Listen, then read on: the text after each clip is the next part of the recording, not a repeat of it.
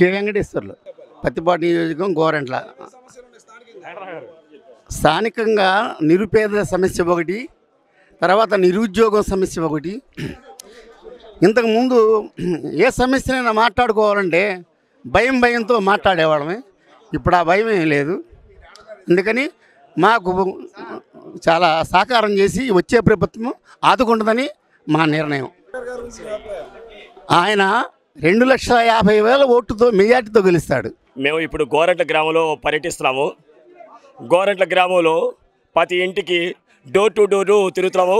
MP గారు, MLA గారు, బోర్ల రామాంజలి గారు, ఎంపీ పెంసాని గారు తమ్ముడు గారు తిరుగుతున్నాము. మేమందరం ప్రతి ఇంటికి డోర్ టు డోర్ తిరుగుతాము. చాలా చక్కని స్పందన ఉంది.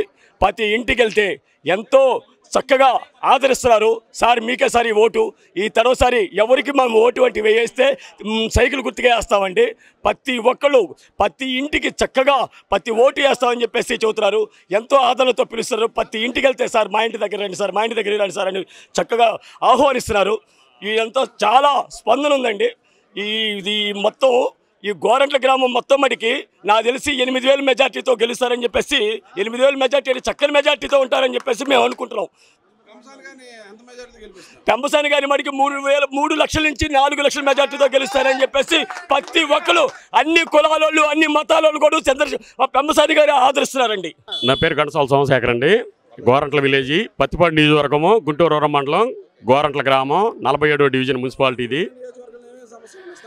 మాది ముఖ్యంగా తాగునీటి సమస్య. ఈ గోరంట్లలో ఉన్నదే తాగునీటి సమస్య. ఏంటంటే 10 రోజులకు ఒకసారి వదులుతున్నారు. దాని గురించే 2014లో తెలుగుదేశం గవర్నమెంట్లో ఇక్కడ కొండ మీద ట్యాంకీ కడతమైంది. అంటే మున్సిపాలిటీలో విలీన గ్రామాలు ఒక 8 విలీన గ్రామాలు అయ్యాయి. ఆ విలీన గ్రామాలు దాహార్తి తీర్చడం కోసం ఆ రోజు చంద్రబాబు నాయుడు గారి నాయకత్వంలో రావుల కిషోర్ బాబు గారు మంత్రిగా ఉన్నప్పుడు ఈ విలీన గ్రామాలకు దాహార్తి తీర్చడం కోసం సుమారుగా ఒక 160 కోట్ల రూపాయల వ్యత్యాసంతో ట్యాంకీ నిర్మించారు. అయితే ఈ జగన్మోహన్ రెడ్డి గవర్నమెంట్ వచ్చిన తర్వాత దాన్ని నిర్వీర్యం చేసి ఆ కాంట్రాక్ట్కి డబ్బులు ఇవ్వకుండా కాంట్రాక్ట్ పనులన్నీ ఆపేశారు.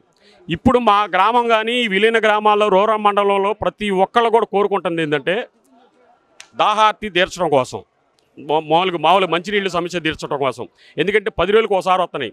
కోతవేటు దూరంలో ఉన్న ఎక్కడో ఉన్న గ్రామాలన్నింటిలో కూడా మంచినీళ్ళు వస్తున్నాయి. కానీ పట్టణానికి ప్రతి చెరువులో ఉన్న మున్సిపాలిటీలో కలిసిన తర్వాత రెవెన్యూ ఇన్కమ్ కూడా అత్యధికంగా వచ్చేది మా గోరంట్ల నుంచే మున్సిపాలిటీకి.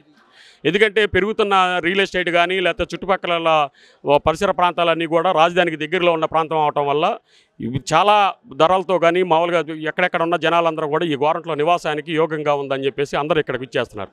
ముందు ముఖ్యంగా ఏమైందంటే మా యొక్క తాగునీటి సమస్య తీర్చాల్సిందిగా మేము ఎంపీ గారిని కానీ లేకపోతే ఇప్పుడు బోర్ల రామాంజనేయులు గారిని కానీ మేము అందరం విజ్ఞప్తి చేస్తున్నాం. ఇక్కడ మా ఊర్లో సుమారు 11,000 ఓట్లు ఉన్నాయి సార్. 11,000 ఓట్లలో సుమారు 8,500 పోలు అవుతాయి. 3,500 ఓట్లతో మెజార్టీతో మేము గెలిపిస్తున్నాం సార్. ఇక్కడ శమసేన శాంతనగర్ వచ్చేసరికి పార్లమెంట్ పరిధిలో వచ్చేసరికి 1,50,000 ఓట్లతో మెజార్టీతో గెలుస్తున్నారు. జనసేన ఈ రూరల్ గ్రామాల్లో జనసేన కీలక పాత్ర వహిస్తుంది సార్. కాపులందరూ కూడా ఎక్కువ జనసేనను పవన్ కళ్యాణ్ చెప్పాడనే ఉద్దేశంతో, పవన్ కళ్యాణ్ మీద అభిమానంతో జనసేన నాయకులందరూ కూడా పెంబసాని గారిని కానీ తెలుగుదేశం అభ్యర్థులు ఎవరినైనా సరే అత్యధిక మెజార్టీతో గెలిపించడం కోసం జనసేన నాయకులందరూ కూడా బాగా కృషితో చేస్తున్నారు సార్. నా పేరు లక్ష్మీనారాయణ, మాది గోరంట్ల. స్థానిక ముందు మంచినీళ్ళు, మురుగు, ఆ రోడ్లు, ఆ సమస్యలు మెయిన్ అవి తీర్తే చాలు. మా ప్రజలందరూ అంతా హ్యాపీగా ఉన్నారు.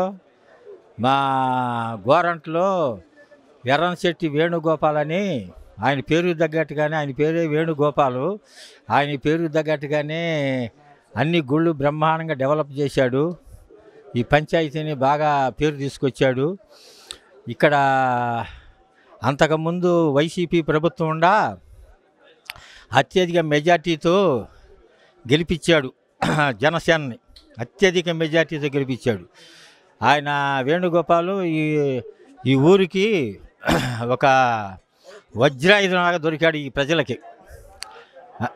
మన ఇప్పుడు తెలుగుదేశం ప్రభుత్వం ఒక్క సీటు కూడా వాళ్ళకి రాకుండా గెలిచిద్ది అనేది నా ప్రగాఢ నిర్ణయం నాది.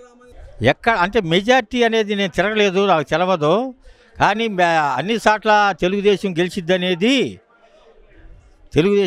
అనేది నాకు ప్రగాఢ నమ్మకం.